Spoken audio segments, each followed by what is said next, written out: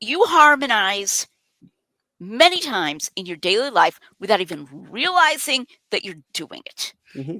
So if one person says, Joe was at the party, and he doesn't mention that his wife Betty was at the party, and then another friend comes along and he says Joe and Betty were at the party, you don't even think twice about that. You're like, Right. Yeah. if Joe and Betty were at the party, then that means Joe was at the party. This isn't a contradiction. It's no Right. problem, right? Right. But Bart Ehrman, how many angels were at the tomb? One gospel says one and the other gospel says two. Oops. Um, Yeah. and oh, if you say there were two and that implies there were one, what a crazy, stupid fundamentalist you are doing that. And it's like, so am I a crazy, stupid fundamentalist when I do it with Joe and Betty at the party? No, Right. Yeah. or when a detective does it when he's investigating a crime or whatever.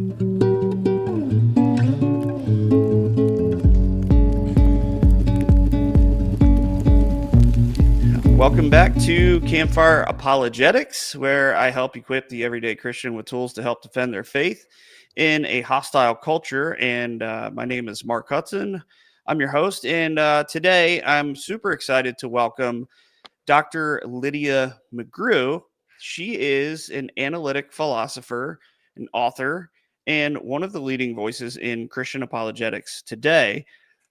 You may know her for her work on the reliability of the Gospels, especially her focus on something called undesigned coincidences, which we'll get into a little bit.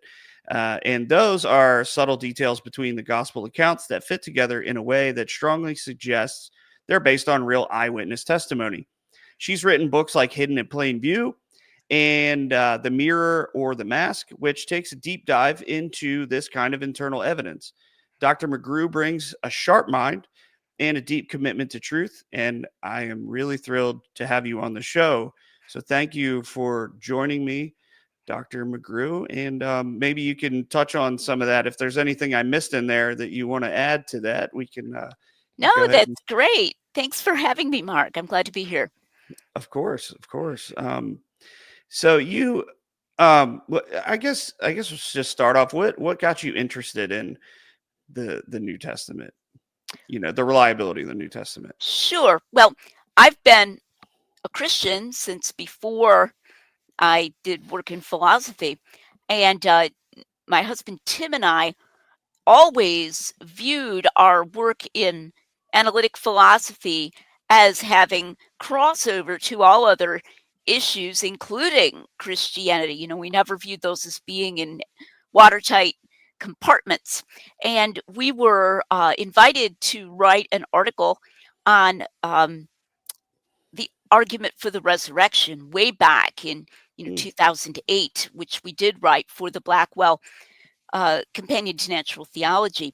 We were invited to write that because we had defended the resurrection and the evidentialist argument for the resurrection against Christian philosopher Alvin Plantinga, who had Hmm. said that there was not a good evidentialist argument, so you needed to use his properly basic kind of thing instead as a way of believing in Christianity. So we realized as we wrote that article that we were relying on the reliability of the Gospels. And we then began to realize that there were arguments for that reliability. My husband began to do a deep dive into the history of apologetics, a history of ideas going all the way back to the 1700s, 1600s, Mm. 1800s, hundreds of years ago. And we realized that there was evidence for the reliability of the Gospels and a way of looking at the reliability of the Gospels that had kind of been neglected in the last 100 years or so. And we wanted to bring that back. And that got me very interested as well. And then I also began to realize that unfortunately there were the Christian scholars, who were really rejecting that kind of view of the gospel. They were taking it more on kind of a passage by passage basis, where we granted, for the sake of the argument, a lot of stuff to critical liberal scholars, and then we tried to do an end run and defend Christianity anyway. Mm. And I realized that that wasn't good, especially with respect to the Gospel of John, where it was like, hey, let's try to do it all with Matthew, Mark, and Luke. Let's try not to use John, because the critical scholars they don't think John is reliable at all. And that got me really to do an even deeper dive, and led to my writing my second, third, and fourth books in New Testament. So that's kind of how I got into it. Okay. Yeah. Great. Yeah. And yeah, speaking of John, we'll talk about that a little Mhm. later. We have some questions pertaining to that. But one thing that comes up in conversation when talking about the New Testament and the historical reliability is the presence of miracles and the supernatural events in the New Testament. Um, is the belief in miracles incompatible with historical analysis? Unfortunately, you do see people saying that. And another invited article that I wrote was on history and theism in a different anthology, where I talked about that, this kind of demarcation, where what you say as a historian cannot include a conclusion that a miracle occurred. Like, you have to take off your historian hat and put on your Christian hat or something Mm, like that in order to do that, which treats really the conclusion that miracles have occurred as more of a subjective conclusion. Right, so that, as a historian, the most you could say is, "Wow, something kind of weird happened here. We don't know what happened," and then you put on your Christian hat and say, "Yes, I think a miracle happened." And I think that's mistaken, as most such demarcationist things are. And I think it's artificial. A historian can conclude that, you know, Caesar Julius Caesar did something, or that a particular pharaoh did something, even though, human beings may not be entirely physical beings. In fact, I think they're not. I think human beings have a physical element to them.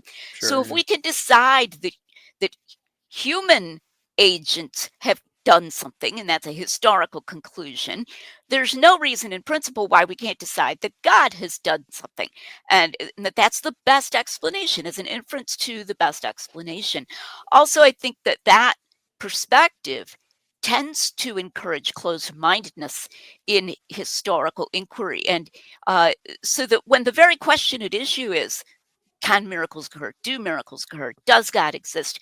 Then you say, well, you know, that that's not something that a historian can say. As a historian, we can only talk about natural uh, agents and so forth. And so then it's like, oh, well, then how would you objectively have a reason to believe that miracles have occurred? It verges on question begging, at least question begging against the possibility of a rational conclusion of a miracle, so what we might call epistemic question begging, but also sometimes what we might call metaphysical question begging, that you have to act like miracles are impossible to Mhm. be a historian, which means that to be a historian, you have to close your mind.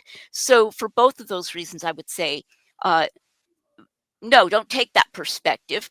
One other point I would make is that when I take historical arguments for what occurs in the New Testament, I usually take it through a route of saying, we can be justified in concluding that this story or that story came from someone who was close to the facts. Like, he wasn't writing, you know, or living. He wasn't living only many years later. He wasn't getting it at the long end of a telephone game, and so forth. And that it's the kind of thing that would be difficult to be mistaken about. So Mhm. this is a claim that was really made by someone there, and so then we can then investigate, what's the best explanation. Is it that this thing really happened? So I'm never asking you to just say, well, the Gospels are reliable. The Gospels say a miracle happened, therefore a miracle happened. It's more complex than that.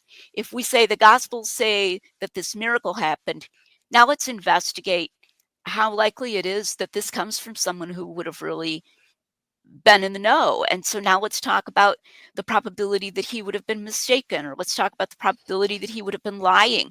And so it's this more sophisticated historical analysis, rather than just a straight induction that that the miracle probably happened. So I think that's important for people who say, oh, you're just asking us to believe in miracles because of the reliability of the Gospels. In a sense, yes, but in a sense, no. Mm. Yeah, it also makes me just think about foundational kind of worldview presuppositions, when somebody goes into something like that. And like you said, it was begging the question. There's a lot of people under that in that mindset, miracles are impossible, therefore they didn't happen type thing. And Mhm. and that kind of comes from that kind of foundational presupposition that they have coming into um, their research, I think. And I think it kind of stifles them from really being able to examine what is truly there. Um, and so, and we're talking, apologetics, right? And it's kind of a command of Scripture to for a Christian to be able to give a reason for the hope that is in them, right? That's First Peter 3:15. The kind of the poster child verse for Mhm. for apologetics. And Mhm. other than it being a command of Scripture, why would you say that it is important for Christians to understand and defend the reliability of the New Testament? And how do you think it impacts their faith? I've really discovered how important this is, more so than I think some uh, apologists realize. Some apologists are out there saying, well, my argument would still work even if the Gospels were unreliable. And so then by pushing that, Mm, let's argue in a way where it supposedly would work even if the Gospels were unreliable. They give the impression that gospel reliability isn't really that central. mm, So there are two ways in which I think it's really central. First of all, I believe that gospel reliability is central to the argument for the resurrection. Now, that is controversial. Um, and I'm not saying we presuppose, I'm an evidentialist, I'm not a sure. presuppositionalist. I'm not saying we presuppose gospel reliability, I'm saying we defend it. But Mhm. I actually don't think you can grant for the sake of the argument that the gospels are unreliable and then still have a really strong argument for the resurrection. And the resurrection is the central miracle at the heart of um, at the heart of Christianity. And so that's why I've become known for something that I coined the phrase the maximal data argument for the resurrection as opposed to the minimal facts. So Oh that's yeah, one right, right. that's one reason. Another reason has to do with supporting doctrine from the teachings of Jesus. Um, and this is important concerning the Gospel of John because there's so much, doctrine in the teachings of Jesus in John that isn't stated as explicitly in the synoptics. It might be implied, but I remember after I had been working in this for a while, I got an email from somebody, and he said, I go through times of being terrified that I've committed the unpardonable sin, that I'm going to Uh, go to hell, and yeah, that people do, people suffer with those kinds of anxieties. right. And he said it was such a comfort to me during that time to think about Jesus saying, uh, "He who comes to me, I will never cast out."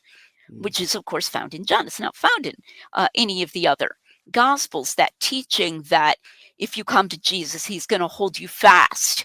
right. In the words of a great song, He will hold me fast. And so he said. So the reliability of John is really important to me. And so when we talk about reliability, there are a lot of items of theology there that are important to our lives as Christians, and they're important to our following Jesus. What was Jesus really like? What did Jesus really teach?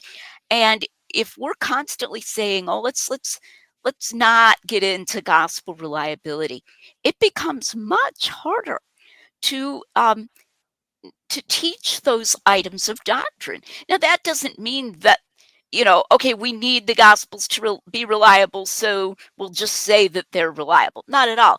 But that Yeah. means that we have an important reason to care and to delve into this evidence rather than just saying, oh, let's just do it all in some other way. It doesn't matter. We can get to the same place anyway. I don't really think we can get to the same place anyway. Yeah, I think the Gospels are that's central to the Christian faith. How do you talk about the Christian faith without going to the Gospels, right? Mhm. And kind of expanding on that, like how does it impact our faith? I've personally seen a lot of younger kids and students when they go off to college. Maybe they were raised in a Christian household or they went to like a private Christian school, whatever their whole um, student career, and they're introduced to all kinds of ideas, either historically or philosophically, that they've never thought about or never heard before, and it really shakes their faith, and a lot of people end up walking away Mhm.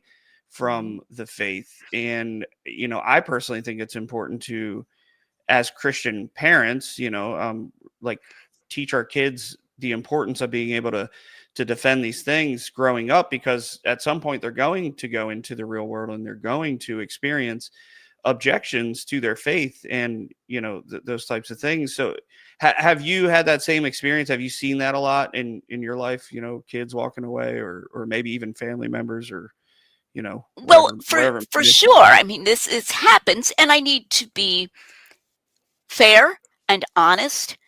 I'm not offering anybody a silver bullet against kids walking away. And I Right. sometimes, feel that we don't acknowledge quite enough, especially nowadays with wokeness and all that kind of thing, the non-apologetic causes of walking away, where you will have young people who will walk away because they decide that Christianity is evil or something, because of, uh, I don't know, LGBT issues or something like that, Right. right? Okay. Yeah. Um, and then they don't even want to hear the evidences, and Right. that Yeah. that can happen, and it's more of a heart issue.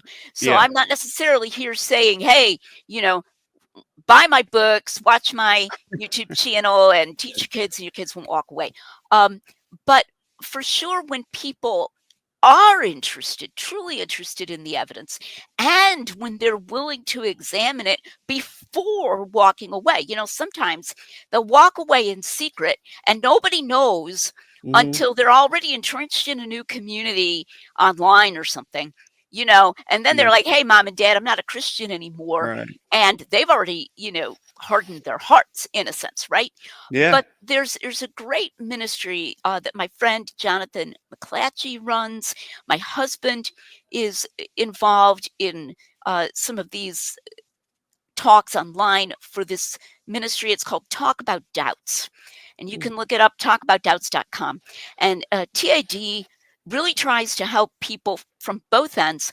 People who are Christians, they start having doubts about their faith, and they're sincerely interested in seeing if these doubts can be answered.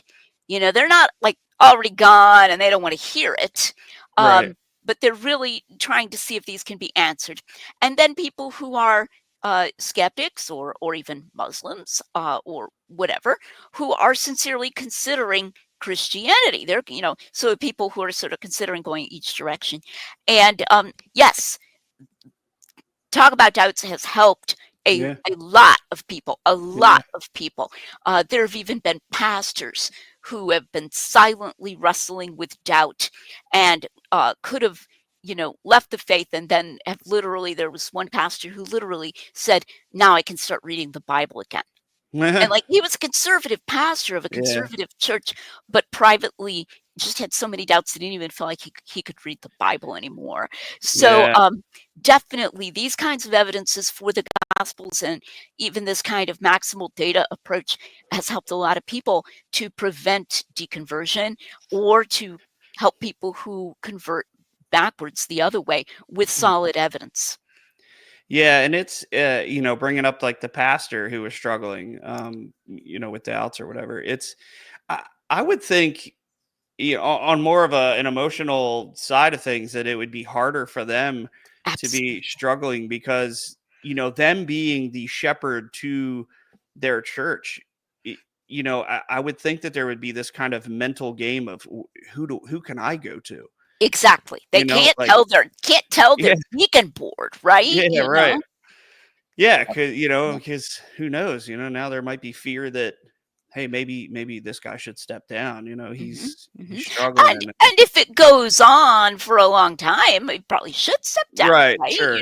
Yeah. But that there is help available Mm, on a evidential basis to answer those problems. Really important for people to know, and that's sure. why I try to get the word out about TAD. Sure. No, I've never heard of that. That's I wrote it down in my notes here. I want to check that out. That sounds pretty cool. Um, but yeah, kind of talking about being able to, talk about the reliability of the New Testament. You get into critics, in there's a lot of, I guess there's a lot of different angles that they might take. You have people from like the Jesus Seminar and Bart Mhm, Ehrman and guys like that might bring mhm, up certain things. But something that I come across, I guess it's probably a little more anecdotal, but something that I do come across, people claiming, that there are contradictions and mhm. discrepancies, within the Gospels or even within just the Bible in general. How do you personally tackle that? How do you respond to these claims, and what would you say they actually reveal when it comes to the historical reliability of the New Testament? Well, the first thing that I say to people that's so important, and unfortunately, there are prominent Christian scholars who don't understand this, okay? Harmonization is an activity that we undertake, usually is applied to the Gospels. It can also be applied to like Paul's letters in the book of Acts, for example, Mm, where a alleged discrepancy is stated, and then we answer that by arguing that no, these are really compatible. right. There is an answer to that, and that's known as harmonization. Harmonization is not a Christian enterprise exclusively.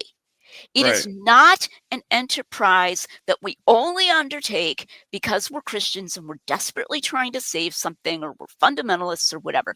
Harmonization is a historical enterprise. And you harmonize many times in your daily life without even realizing that you're doing it. Hmm. So if one person says, Joe was at the party and he doesn't mention that his wife Betty was at the party, and then another friend comes along and he says Joe and Betty were at the party, you don't even think twice about that. You're like, Right. Yeah. if Joe and Betty were at the party, then that means Joe was at the party. This isn't a contradiction. It's no Right. problem, right? Right. But Bart Ehrman, how many angels were at the tomb? One gospel says one and the other gospel says two. Oops, Um, Yeah. and oh, if you say there were two and that implies there were one, what a crazy, stupid fundamentalist you are doing that. And it's like, so am I a crazy, stupid fundamentalist when I do it with Joe and Betty at the party? No, Right. Yeah. or when a detective does it when he's investigating a crime or whatever. Yeah. So that's the first thing that's really important. Um, even apparent discrepancies, even let me add apparent discrepancies to which we do not know the answers between the gospels, and there are some where we have to say, I'm not sure what is a good answer to that, Mhm. are evidence for independence. And people don't realize this, but there's a William Paley, whom you've probably heard of for his design argument, his watchmaker argument, but Yeah. he also wrote about the reliability of the Gospels and Christian evidences, which is, people don't know that, but he did. And he, in fact, originated the term undesigned coincidences, using it for the book of Acts and Paul's letters. So he originated that argument. He said, and I'm not going to get this exactly word for word, but close. The normal character of witness testimony is substantial agreement with circumstantial variation. Substantial agreement with circumstantial variation. And that was understood to be a principle in law, that if two witnesses said exactly the same thing in exactly the same way, you Mhm. would become worried that maybe they colluded. Mhm. Okay, Right. that maybe one was just copying the other or something like that. Right. So even when we have discrepancies that we don't know the answers to, um, that is evidence of independence. And unfortunately, critical scholars just don't recognize that enough, and they need to recognize that. So those are a couple of answers to the ways that I approach. Yeah. I don't shy away from harmonization, but even when I'm not sure that I can harmonize, I also emphasize the evidence of independence. Yeah, for sure. And it's, you could bring up other historical documents and where you see harmonization there. And, it's like you don't have a problem when we see harmonization all throughout history, but when it comes to the Bible, then it becomes an issue. And also, you were, I'm gonna have to edit that out because I lost my thought. um, yeah. Yeah. So talking about independence, um, you, yeah, like you brought up the example of a court of law. You don't want all of your eyewitnesses to have the same story. I think there's a bigger reason to be critical of something when that is the case. When you and your best friend who sit next to each other in math class hand in a test and they both have the exact same answers with the same work, it's going to look a little suspicious. Mm-hmm. And so, yeah, I think that independence is important, because it does show that, yeah, there wasn't this collusion, like, let's get together and let's all write the same story so that they all say the same exact thing, so it's more believable. Mm-hmm. Mm-hmm. Um, I often find too that skeptics and unfortunately some Christians are forcing the documents into contradiction where there isn't even yeah, any apparent. So it's the discrepancy that's strained. It's not the solution that's yeah, strained. So an example of this would be the claim that there's a contradiction between Jesus saying, my God, why have you forsaken me" on the cross, and Jesus saying, "I thirst" on the cross. I mean, that there's a yeah. there's an apologist. His name is Michael Licona, and he's Mhm. claimed that that's a contradiction. And his reason for claiming that is because they both happen at approximately the same time in Jesus' crucifixion, or it looks like they're both relating approximately the same time in his crucifixion. And so then he says that John invented "I thirst" because Mm. it's a contradiction. Now I call that an unforced error. Like in Right, yeah. sports, we have an unforced error. Like Jesus is on the cross. It only takes you a second to say each of these. Yeah, they My could have God, happened. Yeah, why have you forsaken me? right, How many seconds does that take? right. I thirst. How many seconds does that take? He can say both of them around the same time, so that Yeah, most of us, it would never even occur to us to even think of that as a contradiction. So you yeah, force these things into right. discrepancy, and then you claim that the harmonization is the thing that's strained, and it's almost a kind of projection that the critic is projecting the strain onto the harmonizer when really it's the critic who's being strained.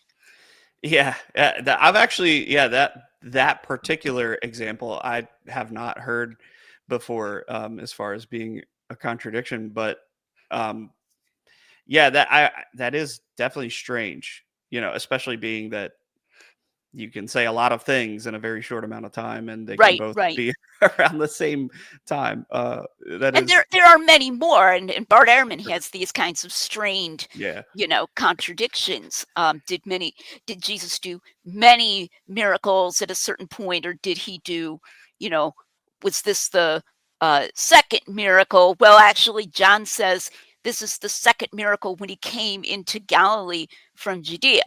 So John yeah, doesn't say it's the second miracle of all that he right, ever did, yeah, right? yeah. So Ehrman often will force these contradictions where there isn't even an apparent contradiction. Yeah, there's a lot of kind of grabbing at straws, it seems like, Mhm. and along with apparent contradictions and discrepancies from critics, another thing that does come up often enough is that scholars question the traditional authorship of the Gospels. They'll say that they were written anonymously and attributed to the apostles later. so that the apostles didn't actually write these things, and their name was kind of slapped on it, later on to make them seem more credible. How would you address that? Right. Well, one thing that's important to know, particularly about Ehrman, since his name has come up here, Sure. Bart Ehrman uses the term anonymous in a very misleading way, and he commits the fallacy of equivocation. He slides from one meaning to the other.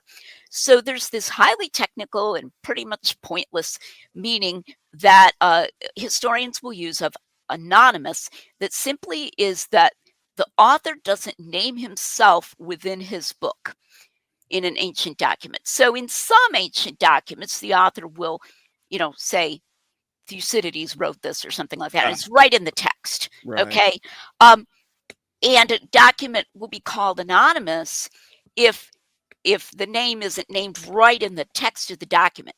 But by that standard, some of my books are anonymous. Even though Yeah, they're right, because my name is only on the cover and the title page, it's not but within it's the not within text. the text, right? Yeah, And then Ehrman will slide and say the Gospels were circulated anonymously, meaning, in the second meaning, that nobody knew who wrote them. And he yeah, won't tell you that he's sliding from one meaning to the other. We have no evidence whatsoever that the Gospels ever circulated without people knowing who wrote them. yeah. In fact, we have in Justin Martyr, and he's pretty early guy, right? Hmm. Early second century. Um, he's he says that they read in the churches the memoirs of the apostles and their companions. Now he doesn't list the names, Sure. you know, although he does cite the Gospel of Mark and calls it the memoir of Peter, and that actually fits with what Papias says about uh, Hmm. you know Peter being the source behind He Mark. was the scribe for Mark, right? I mean that. Yeah, that he knew him, right, and Yeah. wrote it down as Peter preached. That Mark was a scribe for Peter, yeah. And so, but in general, the point is, Justin Martyr indicates that they knew that these were written in the early church by the apostles and their companions, and it's quite neat because apostles, John, Matthew, Hmm. companions, Mark, Luke, Hmm. right? Especially since Luke is um, uh, connected with, and I think we have overwhelming evidence that the author of Luke was a companion of the Apostle Paul through the connections with the book of Acts and Paul's epistles. So they didn't just start venerating these books in some abstract way. I think we have this very anachronistic idea. So if you grew up in church, the Bible's already been collected between covers, and Yeah. your pastor might just be talking about the Bible as if it's a single book. And Right. so in your lifetime, you might go through a period where it doesn't even occur to you to wonder who wrote a particular book. It's, God wrote the Bible, right? Right. And Right. so then you're already embedded in this religious context where you already venerate these books religiously, and then later you might be thought to have a motive for deciding that that like Matthew, Mark, Luke, and John were really written by Matthew, Mark, Luke, and John. But in the early church, the very early church, around the time of Justin Martyr, the New Testament canon had not been collected into, you know, Right. between two covers, right? Right. Right. So it would get the cart before the horse to think that they just had this sort of religious feeling about these four books. And then they were like, oh boy, we got to attribute them to some Yeah. you know apostles and their companions, because otherwise we can't support our religious feeling. They they respected those books in the first instance because they had evidence that they were written by the apostles and their companions, Right. Yeah. which Yeah. is which is why you end up having a book attributed to to Mark. Who who's Mark? You know, Right. like Yeah. if Like, why would they care about Mark? right, if you're going to dream up, so, I mean, even if he's the John Mark mentioned a couple times in Paul's epistles, he's only mentioned a couple times. If Yeah. you were going to dream up a reason to respect this book, Yeah. you would attribute it only to Peter, right? Right. You would Right. you would never attribute it to Mark. Right. So I really think that that our airman approach is very anachronistic, and it doesn't do justice to the evidence we have that they actually knew in a historical way who wrote these books. Yeah. It was a kind of a question that pops up from time to time, that I have is, I guess, just from your point of view, is it as important, is authorship as important as what is actually in the text?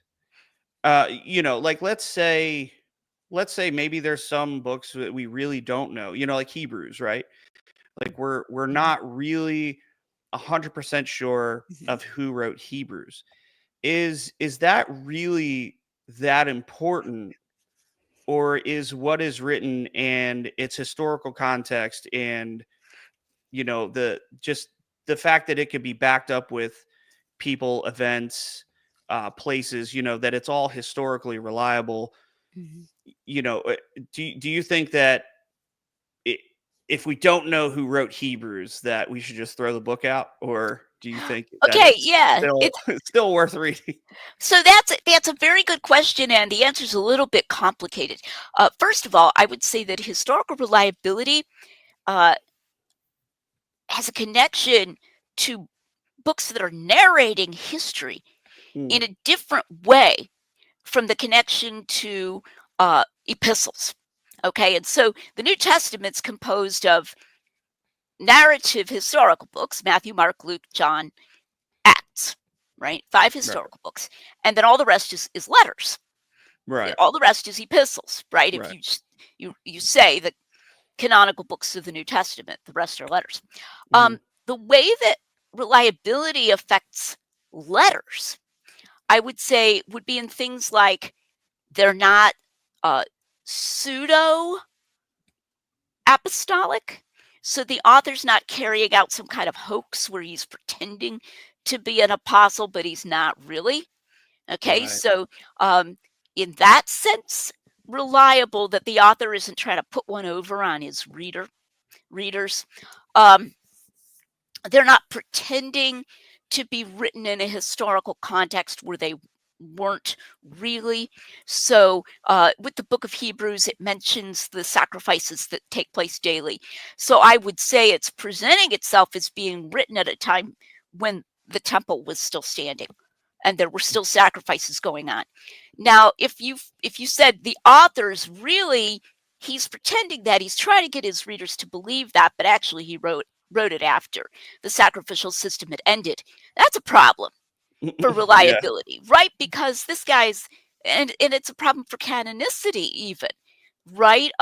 Because sure. canonicity in the New Testament particularly had to do with apostolic oversight of the books. Um, Mm, whereas when I talk about reliability in my investigation, I'm principally investigating Matthew, Mark, Luke, John, Acts, the books that are narrating events. And so in that case, reliability has to do with, you know, if they say Jesus cleansed the temple early in his ministry, does that give us pretty good reason to think Jesus cleansed the temple early in his ministry? Are they making up events that didn't happen? Are they changing the details of events and so on? mm, So reliability impinges upon them in a slightly different way. Now, uh, if we don't know who wrote something, how important is that? I would say that depends on whether our lack of knowledge means that we have no idea when this was written, how close it was to the facts, yeah. whether the author had contact with people who really knew what they were writing about. So when Bart Ehrman says the Gospels are anonymous, it's that latter thing that he means. he doesn't just mean, okay, Luke and Acts might have been written by a companion of Paul who was super careful about historical evidence, who Right. traveled with Paul, who talked to the apostles, but it was actually, I don't know, Aristarchus or Right. something, some other companion of Paul and Right. not Luke. That's not what Ehrman means. He Right. He means means that it's just completely right. unreliable. Can't trust any. Well, then it's way later, and it Yeah. comes at this long end of this long chain. So traditional authorship is important Yeah. insofar as it impinges on, it gives us reason to believe that this comes from people who were close to what they narrated and who weren't like at many different what are called removes. This guy tells this guy, this guy tells this guy, this guy does it, this guy, and so on, over many steps. Um, and so, in that sense, I think it is important to defend traditional authorship.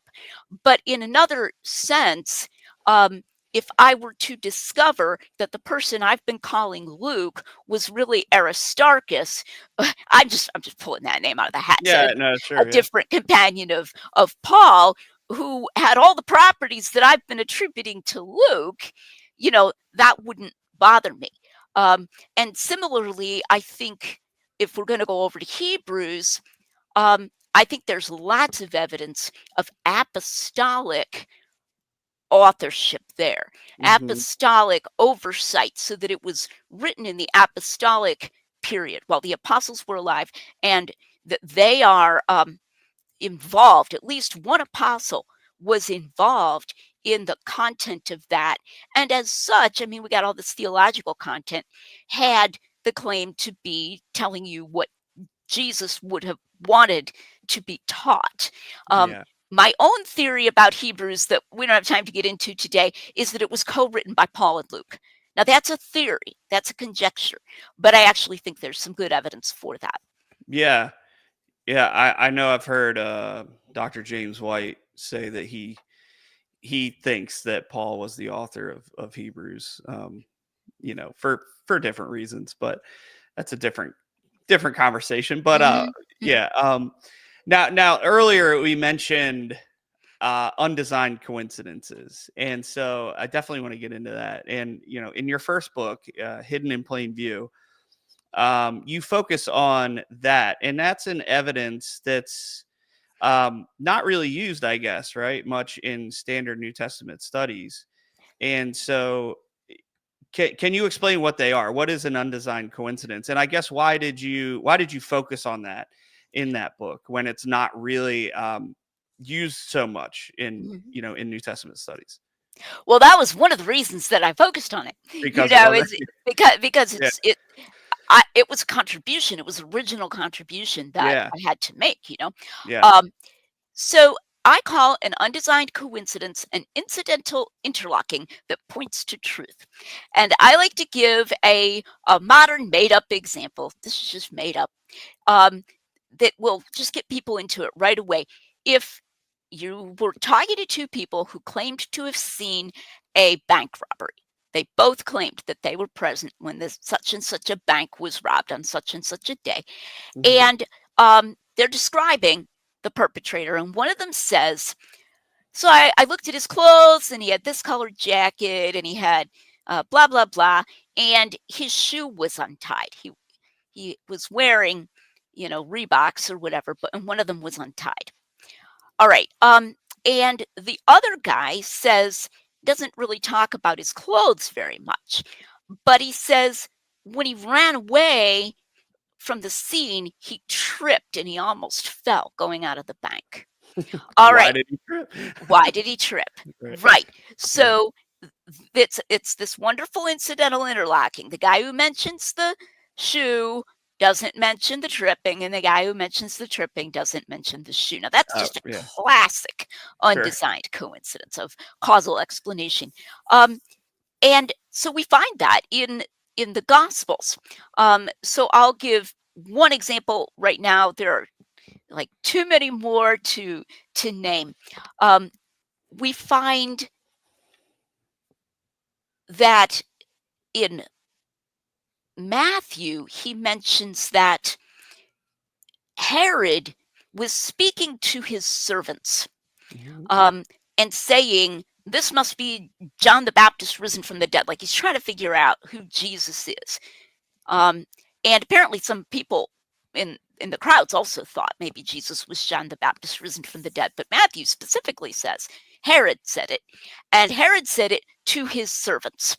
Okay, now this is exactly the sort of thing that critical scholars would assume is just something Matthew's making up. Like, how could Matthew know what what he was saying to his servants? He's just putting that in there to make it sound realistic or interesting or whatever. Moreover, that passage in Matthew is very similar in Mark, and so you would think that that is just Matthew's just using Mark. This is how critical scholars think, and therefore anything that's in Matthew that's not in Mark, he's got to be making up. And that too is servant's phrase is not in Mark. All right. So if you insist on complete dependence or complete independence, you're going to decide that's just made up. But you go over to Luke. Okay. And we find the answer to how in the world could Matthew possibly know what Herod said to his servants in a different passage. This isn't where Luke narrates the death of John the Baptist, which Matthew is going to narrate in that passage about to his servants. Luke is just sort of giving some background of Jesus' Galilean ministry in Luke 8 and says that there were these women who contributed financially to Jesus' ministry, and he names several of them. And one of the ones that he names is Joanna, the wife of Chuza, Herod's household manager. And it's just this little thing, he just drops it in there and then he goes on. Well, Herod's household manager is going to be in contact with Herod's servants, right? I mean, in a sense, he is a kind of high-ranked servant himself. And so you get a little bit of chat after the workday is over between Chuza and Joanna. And this answers the question, how could Matthew know what Herod was saying to his servants? So, Yeah. I mean, that's just one example Yeah. among many. My husband, Tim, I got to give credit. He brought this argument back from those old guys, William Paley, J.J. Blunt, T.R. Burks, and these old scholars from the 1700s and 1800s, and introduced it to me. And he and I agreed that whoever got the time first would write the book, updating it and Yeah. You beat him. bringing it. And I beat him. So, Yeah. yeah, no, I got the time to do it first, and so that's how I came to write that book. Nice. Yeah. Would you say as you're explaining what an undesigned coincidence is, it makes me think of the scene where Jesus is under trial in the Sanhedrin, and they're spitting and mocking and hitting him, and then one of them asks, "Who hit you?" And you think while reading it, well, why wouldn't he know who hit him? But then in another gospel, I want to say it's between Matthew and Luke, but I could be off on that. But in another gospel, it mentions that Jesus was blindfolded. And so it would lend credit to why they would ask him, who hit you? Because when you're reading it without the context that he was blindfolded, you would wonder, well, why would they ask him who hit him? He clearly saw who hit him. But then later on, you see that he was blindfolded, and that's why they ask him who hit you, because he was blindfolded. Would you call that an undesigned coincidence? Is that something that falls under that? Or Well, it would be, but Tim and I have Tim used to use that one. He stopped using it. I never used it. That particular one, we've stopped using because in Mark, you have both sides of it. Okay. He says both right there, and it's in close proximity. Sometimes if you have both sides of an undesigned coincidence and they're chapters and chapters apart, then you can even get an undesigned coincidence right within the same book, because the author doesn't seem to be thinking of the one thing when he says the other, right? But in this case, it's right in that same scene in Mark, and so it lends itself to at least the possibility that Matthew may just have one part of that. And just doesn't bother to write down that from Mark. But there's another one, which I thought maybe you were going to say, from Jesus' trial, where the witnesses say, we heard him say that he would destroy the temple. and raise it again in 3 days. Right. And that's in what they're called the synoptic gospels. It's in Mark, for example. Matthew, Mark, and Luke are called the synoptic gospels, and John is not called synoptic. Right. And there's nothing in the synoptic gospels. It's just a weird thing. Because, for example, if they were just making it up, they might not have said he'd build the temple again in 3 days. Right? I mean, if you were making up a lie to try to get somebody in trouble with the TSA, okay, you might say he made a threat that he was going to blow the airport up with a bomb.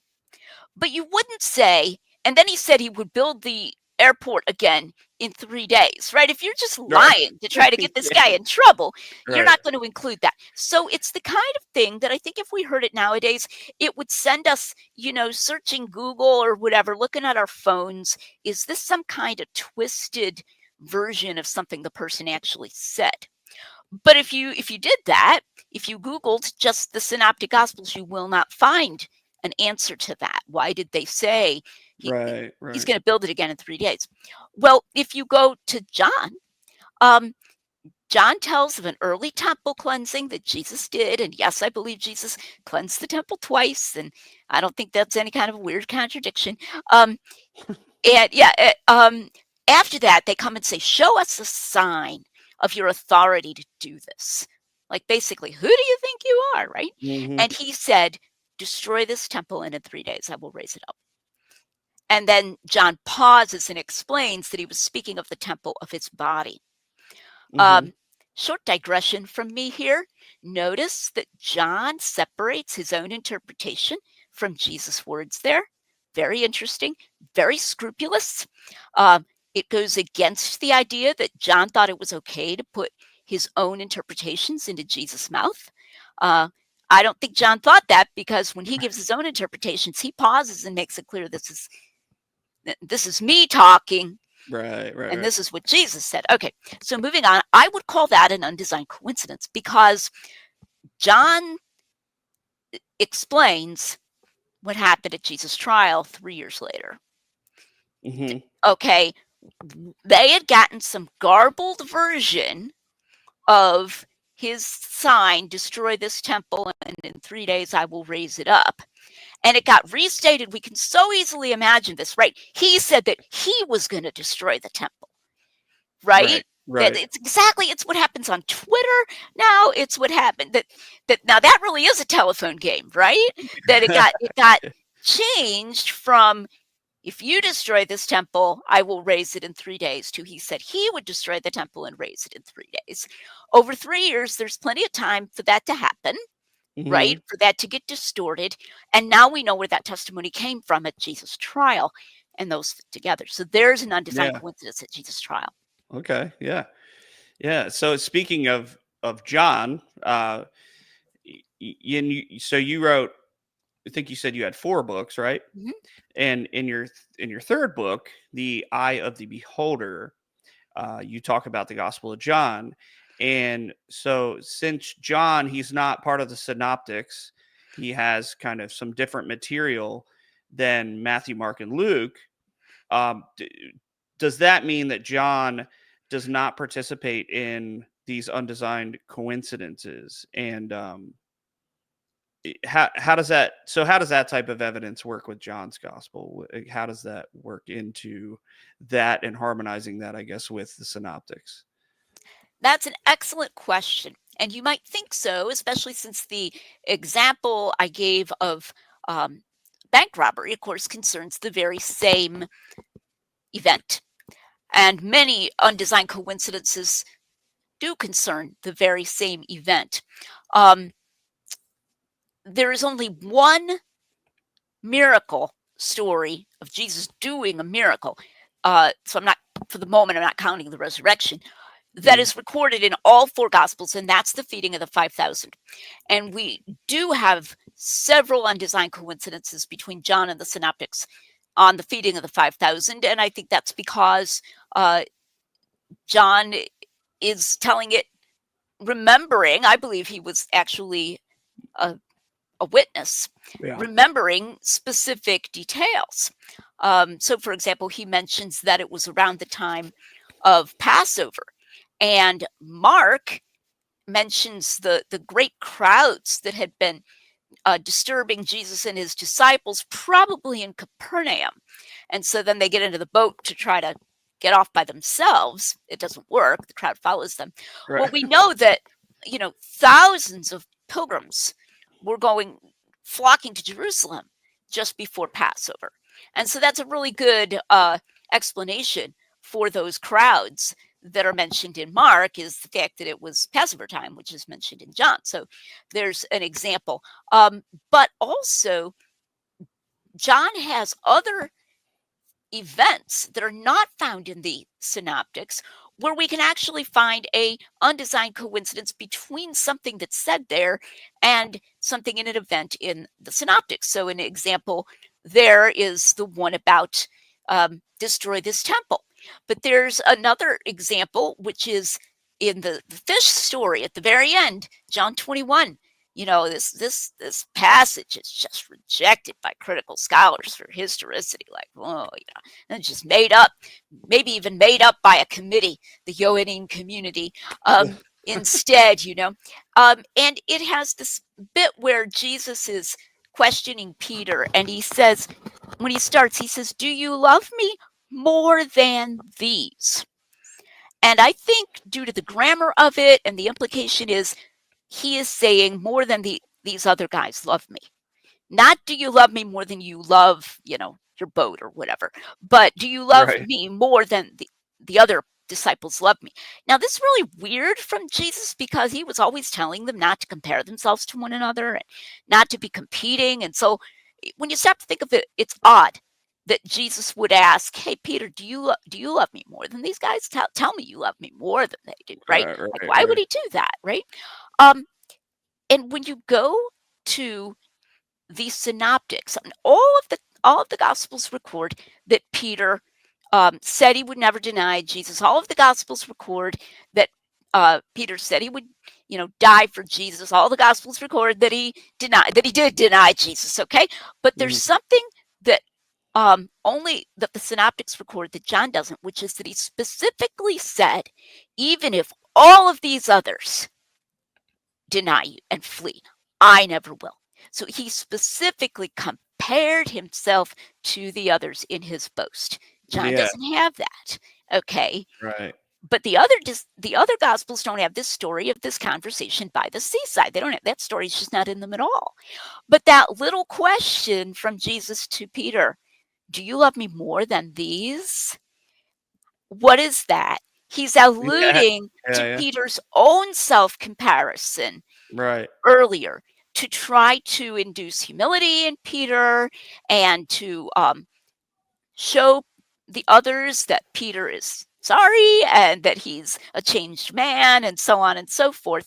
But that connection to Peter's boast, so it's a connection between events that are not found exactly the same in both gospels. So actually, we have, in the end, more undesigned coincidences in John for his unique material than in any other gospel, which is Yeah. really cool and is not what you would expect. Yeah. That is really cool. And it's definitely gonna open my eyes to like looking for these things now. Mm-hmm. In the Gospels, it's gonna make me read in a different way. Maybe more analytical about it, which I like, because Mm-hmm. I try to do some deep studies. Um, to really try to understand scripture and what it's saying. And it's talking about John, being that it is different than the synoptics. It's different than Matthew, Mark, and Luke. um a lot of people will say that John is more theological, and it's not really as historical, or that it makes it less historical Mm-hmm. because he is more theological. How would you deal with that? What I often say in response to that is, it's surprisingly widespread confusion. Uh, Sadly, even among Christians, I use the phrase, "fake points don't make points." And Yeah, I believe that this is the way John looked at it. sure. And that I think we can tell. And one way we can tell is in John 19. They pierce Jesus' side. He's already dead, so they don't break his legs. They pierce his side with a spear, and out comes water and blood, right? And then it stops, and the narrator says, and he who saw it bear record, and his record is true. Okay, Right. what he says is true. It's like, I am telling the truth here.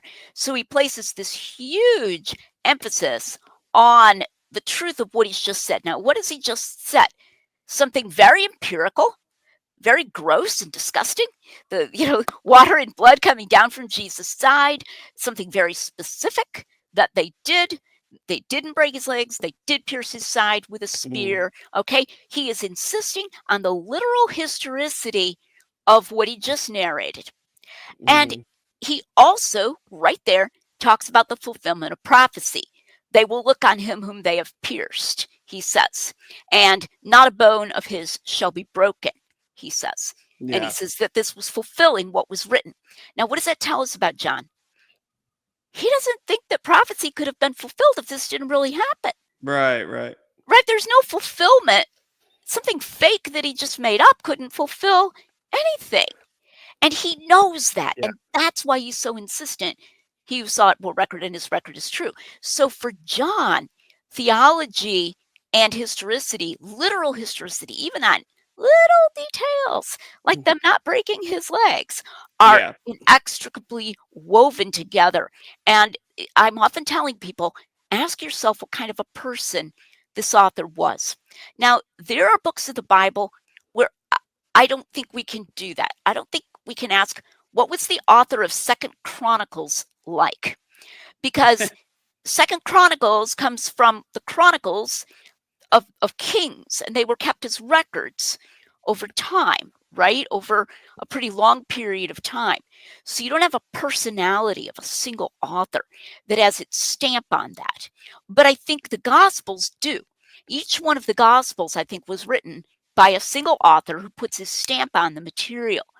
And that stamp is not non-historical. That stamp is not, hey, this is how he kind of bent history for his own reasons, but rather that stamp tells you something about what this guy was like and how careful he was about history. And in the case of John, it's actually exactly the opposite from him being lazy about history or unconcerned or thinking he can bend it because he's more concerned about theology. It's him being extra careful about history because Mm. he's concerned with theology. Yeah. That's a good way to look at it. I was kind of thinking as well. Is it just kind of seems sort of like a non sequitur, right? Like he was theological, therefore it can't be historical. It just doesn't seem like the logic would follow. At as if as if hi- being historical is the opposite of being theological or something. It just seems like a Right. weird point to make. It's very anachronistic. And the sad thing is that a, a milder version of this, okay, uh, he's theological, so he's less historical. Not like Yeah. he's can't be Not historical. historical. Yeah, right. He's Not less historical, less historical. sure. A milder version of that, unfortunately, has infected even Christian scholars' ways of thinking, and they'll tell you falsely, I believe they're incorrect about this, that ancient people, that's how you get these ancient people, didn't care as much about these little details. Okay, Mm. we care more about it. If anything, I would say it's almost the other way around. I think we find it's sort of almost what we might call ancient naivete, that they're very, very concerned with little details. And here's an interesting thing: John is the only author of the four Gospels who has time stamps that do not round to a multiple of three. Now, there's nothing wrong with giving an approximate time. I'm not saying that's wrong. So that if Mhm. Mark says it was about the sixth hour, it's a multiple of three, and he's rounding. I mean, they didn't have watches, okay? So Right. that's fine. I'm not saying there's anything wrong with that. But John has both those, you know, third, sixth, ninth, roundings to a multiple of three, but he also has it was the 10th hour. Yeah. Okay. Right. All right. So I'm not saying John had a watch, but what I'm trying to say is he's particularly concerned with these little details. He's got this very vivid memory. Or one of my favorites is when Peter jumps out of the boat to go swim to Jesus in the story that John 21. It says he put on his coat and jumped into the water. Now, you think about that a minute. Yeah. If Like, you were going to swim, yeah, why would uh, you? right? And it says he was stripped for work. Well, okay, but these men have lived with one another for 3 years. I mean, they've been wandering the road, they've been camping together. I don't think there's squeamishness about, I can't appear before Jesus in my underwear or whatever, Yeah, right? If he's stripped for work, he could see Jesus when he's stripped for work. Now, right. we never learn why Peter put Sure. his coat on. We don't, but it's counterintuitive. You'd think it would impede your swimming. And I think it's just in there for no reason other than that John saw it. And it says the beloved disciple was right there. The beloved disciple says, it's Jesus, Yeah. it's the Lord. In the gray light of dawn, when someone's speaking to them from the shore, they're away out to the shore. He's the first one to realize it's Jesus. And Peter, being Peter, this is Peter's personality. He's like, Yeah. grab my coat, put it on, splashes in and swims to shore. He wants to go see Jesus as quickly as possible. So we've got a confirmation there Yeah. and the similarity of his personality. But that unnecessary detail about putting his coat on is, to me, that's John at its finest. I think he had this very visual memory. He Mm, remembered what he saw. He who saw it bore record, and his record is true. And he knows that what is saying is true.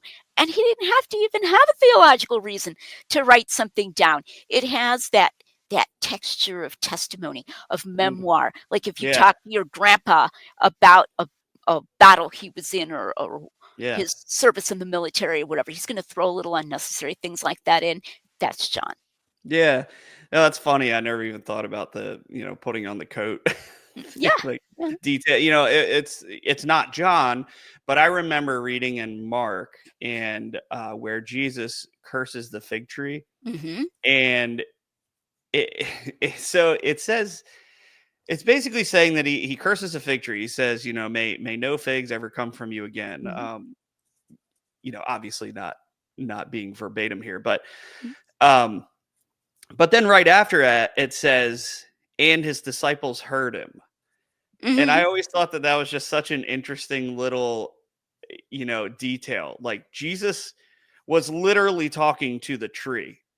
He Right. he he wasn't he wasn't saying something about the tree to his disciples. He was Mm-hmm. literally talking to the tree and Right. telling that tree that it was never going to bear fruit again. And Like, then why it's are we bothering to mention, and his right. disciples heard him? Right. Yeah, Or in Mark, when Jesus was asleep in the boat, it says on a pillow. He was right. asleep on a pillow. And I'm often encouraging people, don't try to find secret theological reasons for Right. things. Yeah. Right? There's no secret theological or symbolic reason for the 153 fish in John. It's just 153 fish. Yeah, he's just Fishermen that's what he caught. fishermen do count their fish. You got to be kidding me. Yeah, Especially when they're fishing with a net. You can't use the net again until you take all the fish out. So, right. perfect opportunity to count them, right?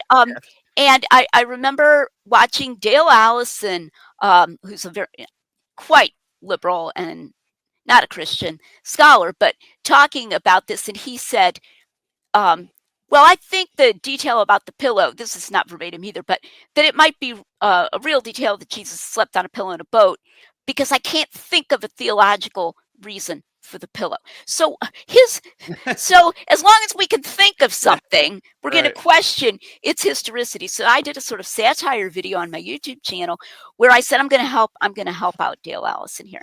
And I gave like 4 different satirical made up theological meanings for the pillow. Yeah. So like one of my, I think my favorite was that it represents the stone that Jacob put his head on as a pillow in the Old Testament, Yeah. and then rose up and anointed the stone and said, "This is Bethel, the house of God." All right, Right. and then so Mark put this in there because Jesus is God. God with Right. us, and so the pillow shows, and this is all satire. He put the pillow in there because Peter remembered the pillow, right? And Yeah, so we right. need to really be open to that as the reason for these details. Yeah, for sure. Yeah, so talking about all these different evidences, undesigned coincidences, and all these like just small historical details that would seem just so random or trivial. Suppose that somebody just says, maybe the gospel writers were all just extremely good at writing plausible fiction. They were really good at writing stories, and they were able to come together in a way that they just put all these details together that it was just in a way that you would think, man, there's no way this could be made up, right? How do you respond to that? Because I've heard that before. People Sure. saying, oh, well, they were just really good at writing stories. Really good Right. at writing fiction. So there are so many good answers to this, and I'm probably going to talk too long, but that's No, okay. That's because all right. there are all kinds of good answers. One is that undesigned coincidences would be really hard to fake in that way. I Mm. mean, you can't imagine It's almost a plaus- bigger miracle than remotely plausibly Luke going, I see that Matthew mentions that Herod said this to his servants. I Right. will not mention that Herod said this to his servants, but I, in a completely different story, will mention Joanna, who am I making up, the wife of Huzzah, Herod's household manager, and maybe 2,000 years from now, someone will notice these two things and put them together and say how remarkable these must be factual. Right? Right. I mean, that's just way out there, okay? Right. Right. Um, so, and then a second answer is that the Gospels do not look like either ancient fiction or modern fiction. They look like memoir. I call this gospel details in the Goldilocks zone. So you remember Goldilocks, one pot of porridge was too hot and one was too cold, and Baby Bear's Hmm. was just right. So she ate it all up. Right. So they're just right. All right. Ancient fiction tended to be very over the top, very purple, very it was detail heavy, but in this saturated way. I'm going to describe this funeral and I'm going to load on all the colors that everybody was wearing just to show you what a magnificent funeral it was, and on and on and on. Okay. There was no casualness about detail in ancient fiction. There was no subtlety. Okay. It was very unsubtle. Whereas the gospel's use of detail is subtle. It's in passing. They're not trying to impress anybody in this Hmm. way. But it's also not like modern fiction. Now, modern hyper realistic fiction, I hear emphasize hyper realistic because some skeptics going to go, yes, they had fiction in the ancient world, but not hyper realistic fiction. Modern hyper realistic fiction did not exist. Where you give every gesture, here's this guy, he lit his pipe and he said this with a sigh, and then he turned away and um, Mm. Yeah. set his pipe down on the desk or whatever. Okay, Right. that didn't exist at the time, but the Gospels also don't sound like that either. Okay, because modern hyper-realistic fiction tends to keep the same level of detail throughout a given episode. All Mm. right, so like the pipe example I just rattled off here, if you're going to describe every gesture of this guy while he's talking to you with the pipe, you're going to keep going at least until that episode ends. Right. You have Right. John, you have Peter putting on his coat and so forth, and then they find Jesus has lit a coal fire and he's got fish, and then it goes, and after breakfast, Jesus turned. Now, no modern author is going to do that. A modern author is going to tell you what Peter is thinking during breakfast. He's going to tell you what it felt like for Peter to swim. He's going to narrate them counting the 153 fish, not just that there were 153, but all their dialogue, right? And we wish we were a fly on the wall for that breakfast and their small talk. We don't get it. It's Hmm. after breakfast, it just vaults over. Now, this is more like memoir, where Yeah. someone will throw in a detail and then he'll maybe go forward in time to something he is not writing modern hyper-realistic fiction. So it's in that wonderful Goldilocks zone that is like memoir. Mm. Third response to that, um, these are hard things to get right. And don't even get me started on the book of Acts. Acts gets so many hard, obscure things right. We are not talking about the fact that the city of Jerusalem existed. That's not, we're, Right, right, we're not right. talking about the fact that Augustus was Caesar at a certain, famous Roman emperor. That's not what we're talking about. We're talking about little things, hard things to get right. You did not have Google. You did not even have atlases like we used to have even before Google, right? You didn't have that kind of thing. Reference works. You did not have the Reader's Guide to Periodical Literature. I'm dating myself here, but that's what we used to use when I was young to read. You didn't even have that, okay? So things like the complex relationship between Pilate, Herod, and the Jews, very complicated. The Yeah. authority that the Jews had that was kind of left to them. The authority that Pilate had that the Jews didn't have. The authority that Herod had. Okay. And we find, interestingly, the so called Gospel of Peter, a non canonical gospel, it gets those wrong. It implies that Herod crucified Jesus.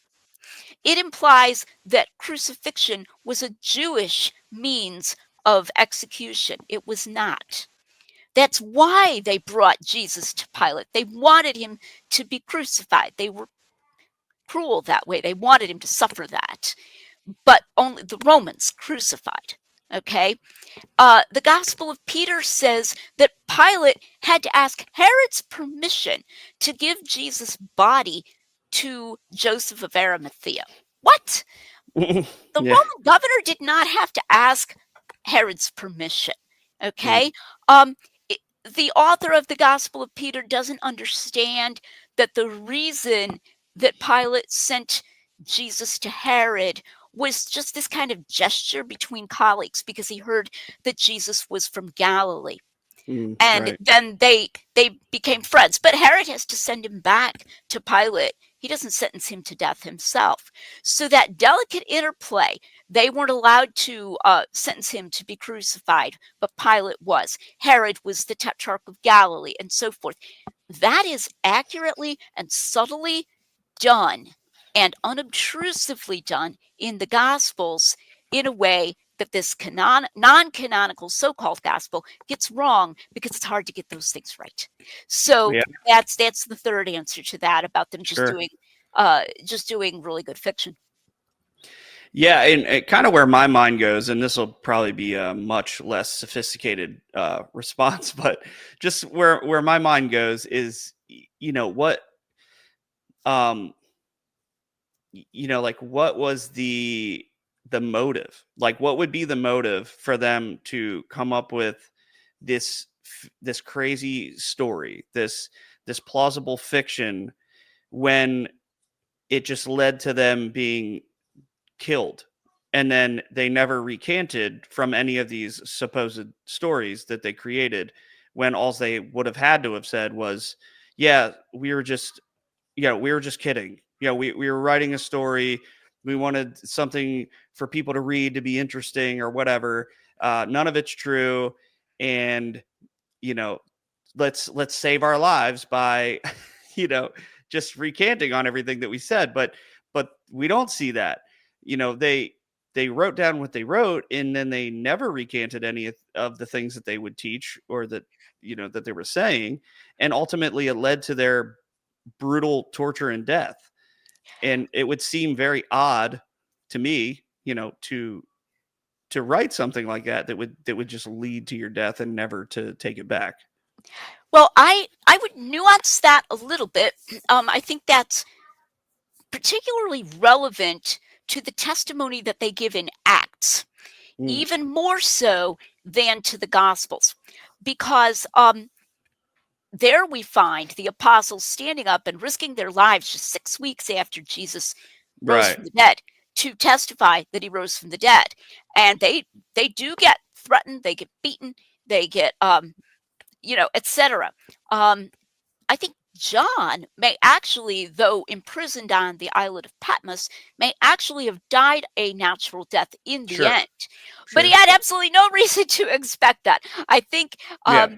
at the time of, certainly at the time of him standing up with Peter before the Sanhedrin, he had every reason to expect that he was probably going to get killed. Right. You Right. know, Right. and yet Peter and John say, we cannot stop telling what we have heard and seen. And I love Mm, that. We cannot yeah. stop telling what we have heard and seen. And so, what I argue um, is that the Gospels accounts of like the resurrection come from people who were in the know, which would be apostles. In the case of John and Matthew, I think the authors were personally apostles. In the case of Mark and Luke, I think they were in contact with apostles. And in all of these cases, I think the authors did face at least persecution for sure. And Yeah. I think the apostolic authors faced death in the very early days prior to actually writing them down. Hmm. Um, but I think it's interesting how squeamish people get about saying that if they were making these things up, they were lying. And even asking, even for those who weren't under immediate threat of death, are you really saying Luke was just lying? People will say that Luke made up that Jesus was able to be touched or that he ate after he was risen as an apologetic addition to show that Jesus um, wasn't just a spirit, to show that he was physically there against proto Gnosticism at the time that taught that matter was evil and so forth. Now, the only way that's going to work for apologetics against proto Gnosticism is if people believe it, right? I mean, it's not Yeah. going to work if you say, I just totally made this up, but it helps against Gnosticism anyway. What? That doesn't make sense. So if you know that something didn't happen, but you're making it up for people to believe, what do we call that? We call that a lie, Mm. right? That's a lie. And it was interesting. A few weeks ago, I did an interview or a dialogue with he's not a Christian. He's got this weird hybrid position. A guy named Philip Goff on Cameron Bertuzzi's Capturing Christianity show. Okay. And Goff denies the bodily resurrection of Jesus. He thinks that Jesus was resurrected as some kind of energy Is he like instead. isn't that kind of the Jehovah's Witness position? I don't know. I'm not familiar with whether that's Jehovah's Witness position. It's sometimes what's called an objective vision theory. But, the apostles had visions, but he doesn't think that Right. they actually had visions of him like eating. He thinks Luke made that up. And it was funny how hard it was to get him to admit that he was talking about Luke lying. You Yeah, know, right. and Yeah, right, right. right, Yeah. there was a place in the interview where he said, "Well, I'm not saying they were making things up," and I made this face at him like this. But And he you said kind of are. "Well, yeah, they were making things up." It was Yeah. great. So there's a lot of squeamishness, and there are going to be skeptics who are going to say they're going to bite the bullet more loudly than Goff did. There are going to be skeptics who are going to say, "Yes, they lied. The Yeah. gospel authors were liars," and they're not going to be squeamish about that. But for sure, it pushes us, it closes off that no, no, it wasn't a lie, it was just a genre that was allowed by the standards of their day. It just closes that off when we Yeah. have all of these details and all of this appearance of realism and all of these insistences that they're telling the truth.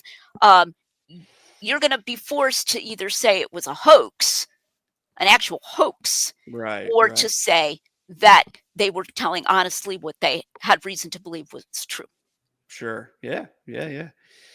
Right on, right on. And yeah, so I think I just have one last question, and that is, do you prefer rainbow sherbet or just orange sherbet? No, I'm totally kidding.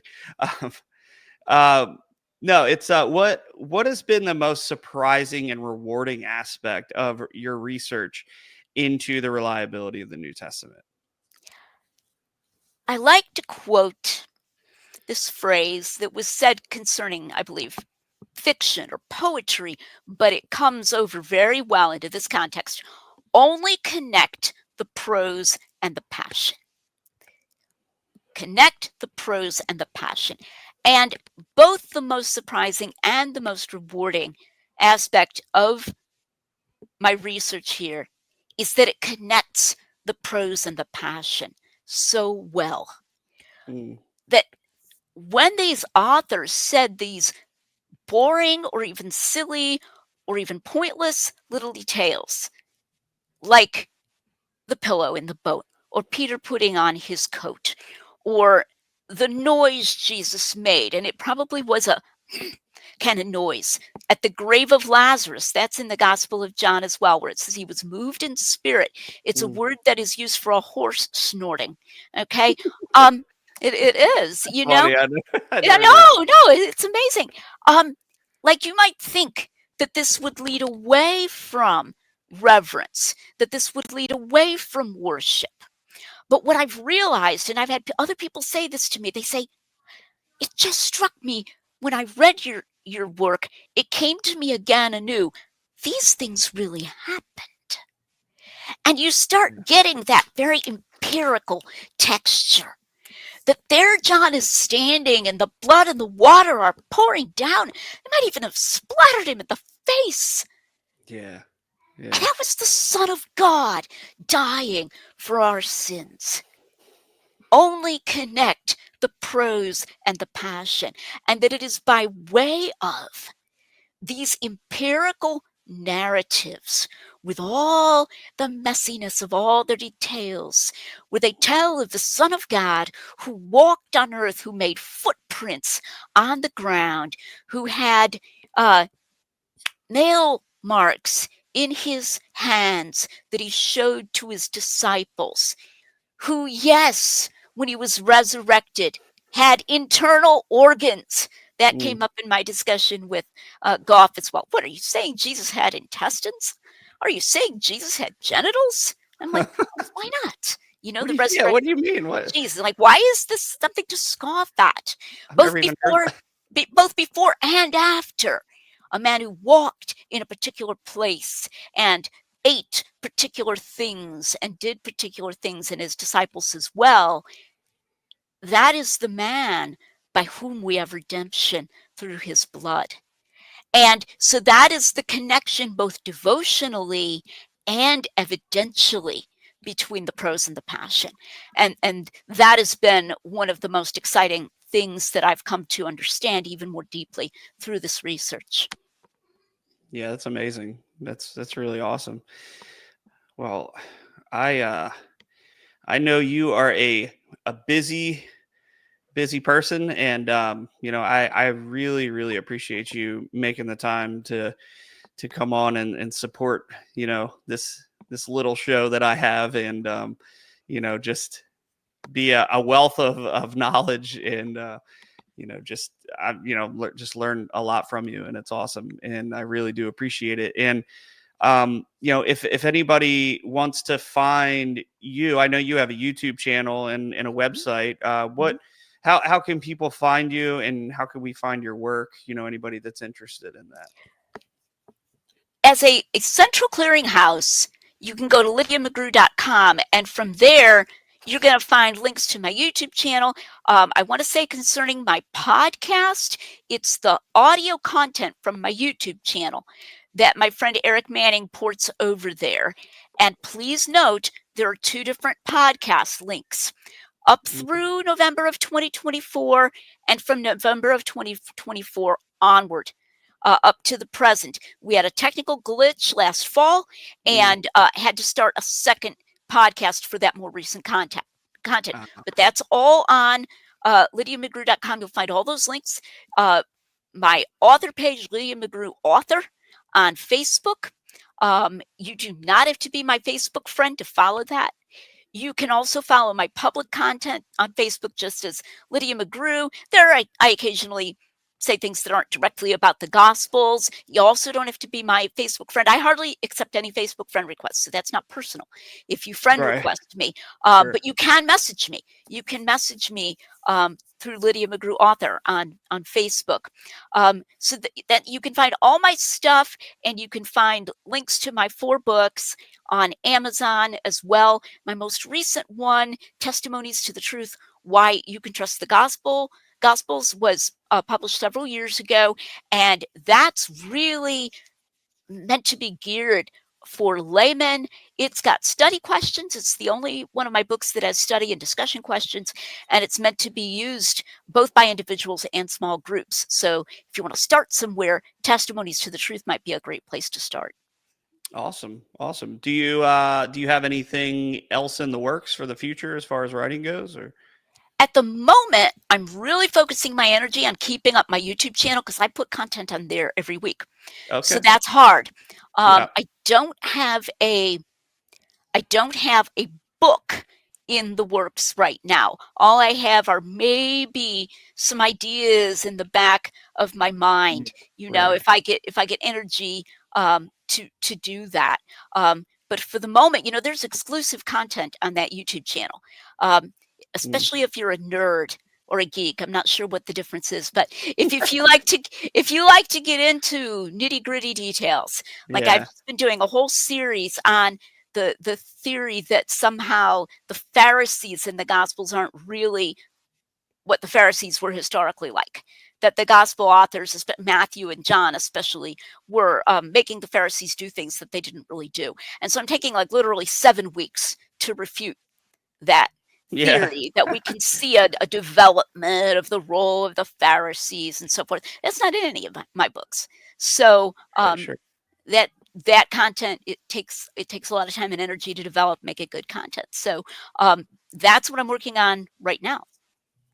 Sure. No, that's awesome. I've definitely, yeah, I've been following some of the YouTube stuff. There's definitely some awesome stuff on there. So, yeah. So anybody who's interested in apologetics and especially New Testament reliability, and Lydia's got a lot of awesome stuff out there, books and YouTube and whatever it may be. But yeah, definitely go to our website and check all those different avenues out. And like always, brothers and sisters, thanks for watching and listening. And just always be ready to give a reason for the hope that is in you, to do it with loving, be loving, do it with a loving heart, and be gentle and with respect. And just thank you so much again for watching and listening. And thank you again.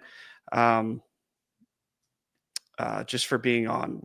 I really appreciate it. Again, for you making the time to appear and to teach and answer some questions. So Thanks, Mark. It's been a lot of fun. awesome. All right, Lydia, thank you so much.